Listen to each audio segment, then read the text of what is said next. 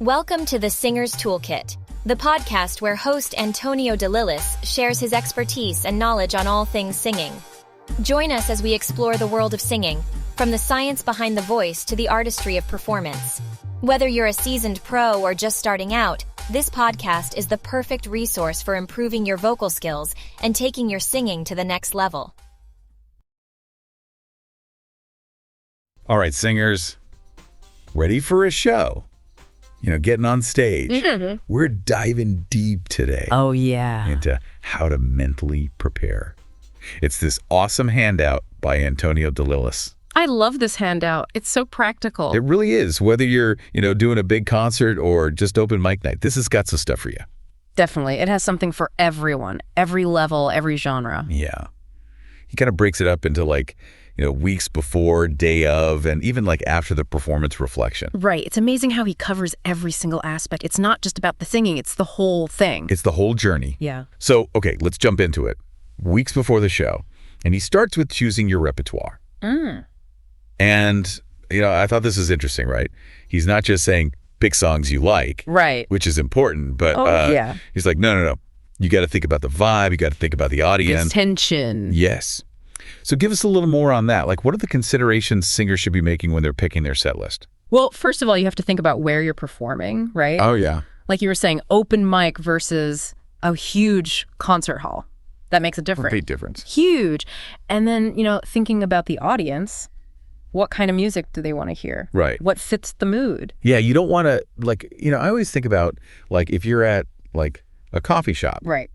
You probably don't want to break out, heavy metal. Oh, death metal. Yeah, screaming. Right, exactly. So it's tailoring it to the situation. Absolutely. Yeah. And also, I think about the flow of the set list, too. You want to, have a variety of songs. Oh, yeah. Pacing. Pacing is huge. Pacing and also vocal breaks. You got to give your voice a rest. Oh, he mentions that. I forgot about that. Oh, yeah. He's all about vocal health. Yeah, that's huge. Okay, so you've got your set list, and now he jumps into, tailoring your practice, right? Yes. And this is where it gets interesting for me because he's a big proponent of simulating performance conditions. This is fascinating because you can sing beautifully in your shower. Right. Oh my gosh. Best acoustics? The best. But then you get on stage and it's like, whoa, different ball game. Stage fright. Totally different. So what de Lillis is saying is, when you're practicing, try to make it as close to the real thing as possible. I see. Practice with a microphone if you're going to be using one. Right. If you can, practice on a stage, even if it's just a small one. Got it. That way you're getting your brain and your body used to that feeling. So it's like tricking your brain into thinking, been there, done that. Exactly. So when the big day comes, it's not such a shock to the system. It's like exposure therapy. Exactly. I like it. And then he gets into the whole confidence building thing, which, we all need a little bit of that. we could all use a boost sometimes. Absolutely. So what are some of his tips for boosting that confidence? Well, he talks about the power of visualization. Oh, I love visualization. It's so powerful. And it's not just some woo-woo thing. It's actually based on neuroscience. Really? Yeah, when you visualize something, your brain fires the same neurons as if you were actually doing it. No way. Yeah, so you're essentially creating a mental blueprint for success. And the more you do it, the stronger that blueprint becomes. So how would you apply that to singing? I get it for, athletes, right? Visualizing hitting the tennis ball or something. Right. But for singers, it's the same idea. You close your eyes and you imagine yourself on stage singing beautifully. Okay. You feel the energy of the audience. You hear the applause. You see yourself hitting those high notes perfectly. That's awesome. And you feel that confidence radiating from you. I love it. Okay, so we're not just talking positive thinking here. We're talking literally impacting our brain. Yes, exactly. You're training your brain for success. That's amazing. Yeah. Now let's fast forward to the day of the show. De Lillis is all about physical prep. Hydration, rest, food. The basics, But he gets really specific. He does. He even says to avoid alcohol and caffeine. What? No coffee on performance day? Nope. He says it can dehydrate you and mess with your vocal cords. Wow, okay. He's hardcore about this stuff. I'm seeing a theme here. Oh, yeah. He's all about those D2s. It's holistic. It's holistic. It's the whole package. It's mind, body, everything. Okay, now this is my favorite part. He gives you a checklist for the venue. Yes. The venue checklist, so important. So important. He wants you to check everything, the PA system. Oh my gosh, yeah. The stage setup, make sure your microphone is working. And he even says to bring backup equipment. Yes. Yes. Like a spare phone for your backing track. Oh, that is genius. Genius, right. Because how many times has my phone died mid-set? It happens. Nightmare. Total nightmare. Okay, so we've covered, like, getting our minds right, our bodies right. But what about those, like, onstage jitters? The dreaded stage fright. Oh my gosh. You know, you're out there, the lights are on you.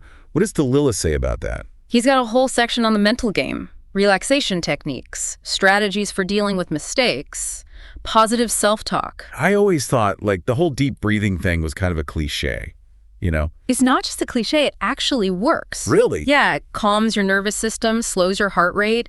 It's science. Okay, I'm sold. Deep breathing. It's on the list now. But what about when things go wrong? You know? Because, let's face it, mistakes happen. Oh, they definitely happen. To everyone. To the best of us. And that's okay. So what do? We're on stage, we mess up a lyric. Disaster. Lillis says, don't freak out. Okay, easier said than done. I know, but he's got a point. Okay. Instead of getting caught up in the mistake, just keep going. Okay. Focus on connecting with the audience. Oh, wait. They're there to see you, to hear you sing. They want you to succeed. So even if I, like, totally flub a lyric, I can still salvage the performance. Absolutely. It's all about how you handle it. Right. A little grace, a little humor goes a long way. So it's not about perfection. It's about the overall experience. Exactly. Connection over perfection. I love that.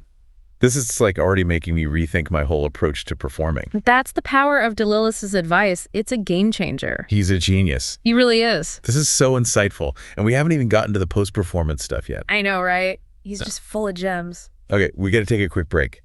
But we'll be right back to dive into all that good stuff. Don't go anywhere. We'll be right back. And you know what else is cool about Lillis?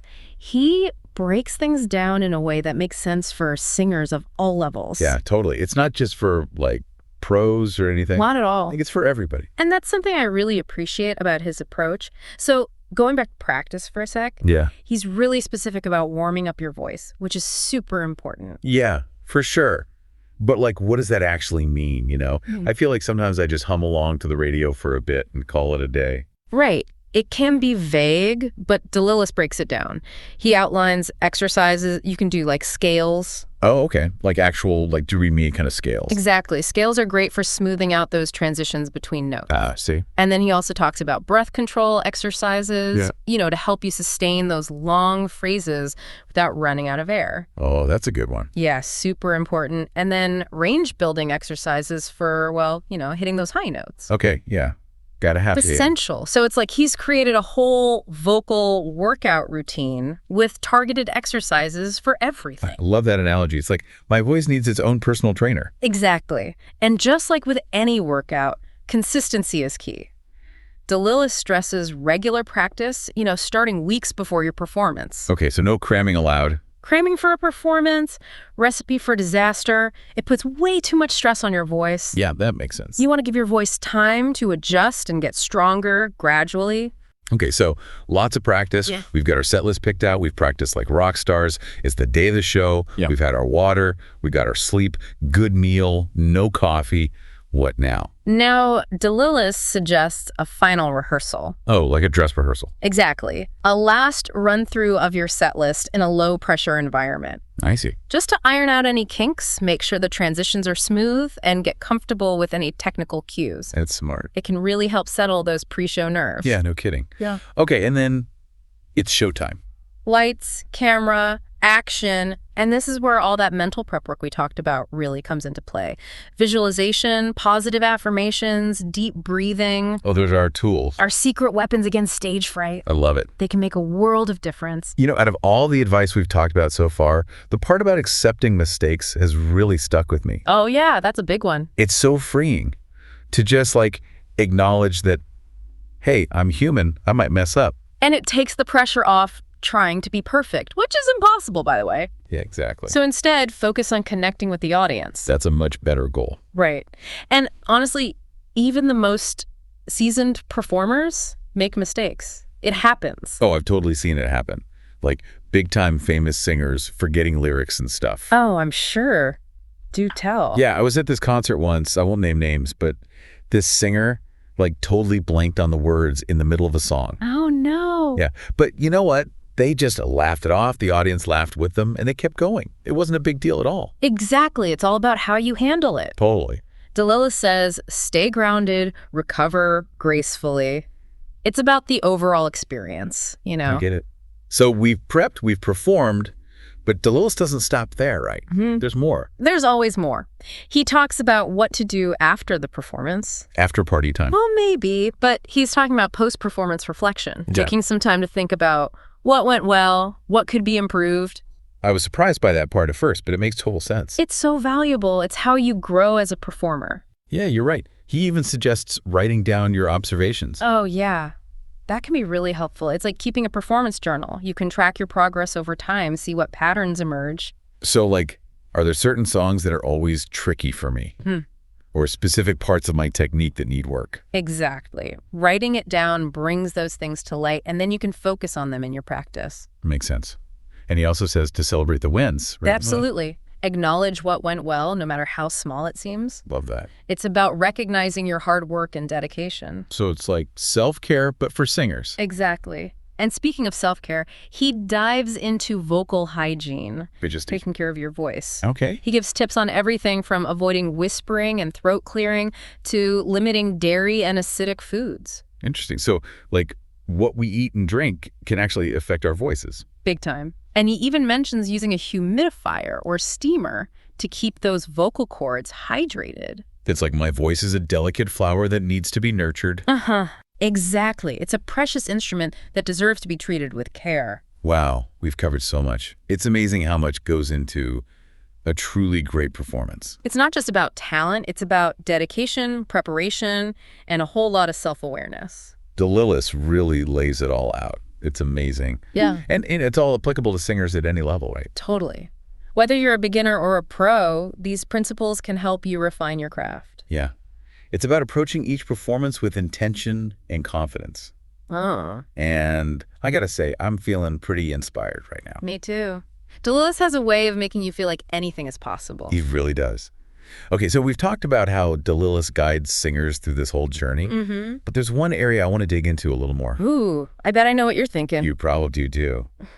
Let's talk about stage presence. Yes, such a key piece of the puzzle. It's something I struggle with, for sure. Like, I get so focused on hitting the notes that I forget to actually perform. Right. It's easy to get stuck in your head.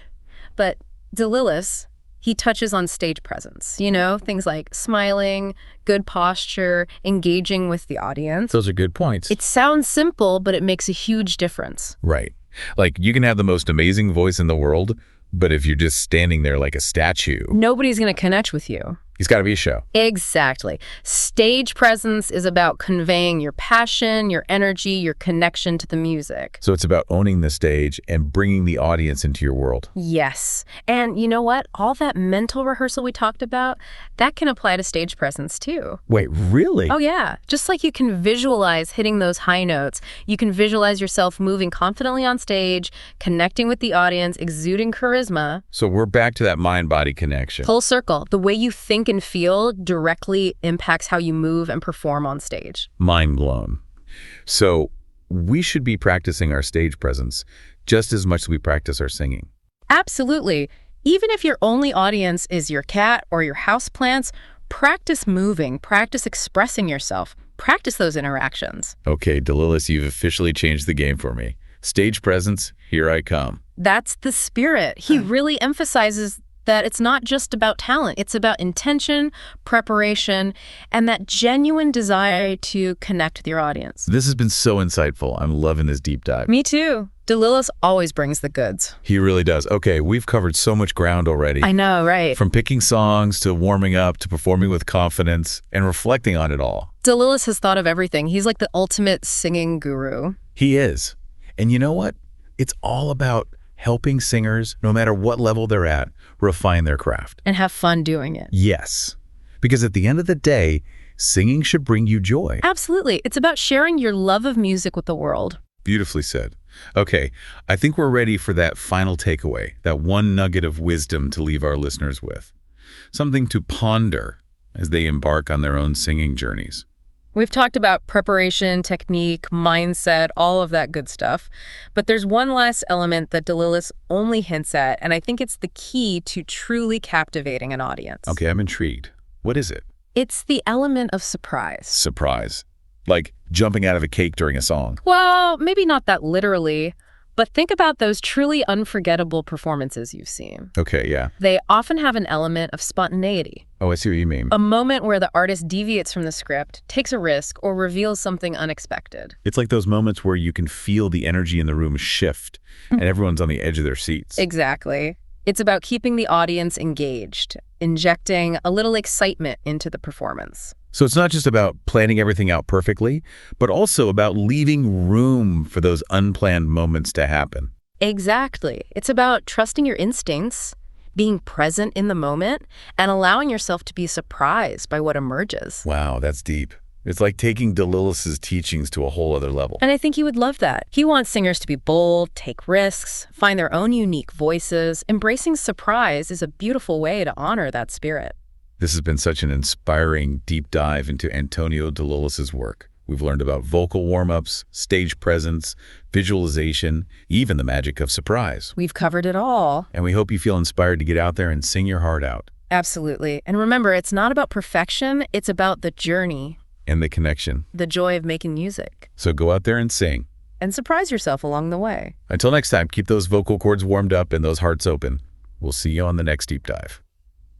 So, thinking about all this, about stage presence, connecting with the audience, it makes me think about vulnerability. Oh, interesting. Like, how does that play into a performance? I love that you brought that up. Lillis doesn't specifically talk about vulnerability, but I think it's woven throughout his whole approach. Yeah. Especially when he talks about connecting with the audience. It's not just about hitting the notes perfectly. It's about, sharing your heart and letting people in. Yeah. Like, even if you mess up, if you're truly present, and engaged, yes, the audience will feel that. They'll forgive a misnote or two if they see that you're real. They're there for the experience, not just, technical perfection. Absolutely. They want to feel something. Okay, so how do we actually bring that vulnerability to the stage? Yeah.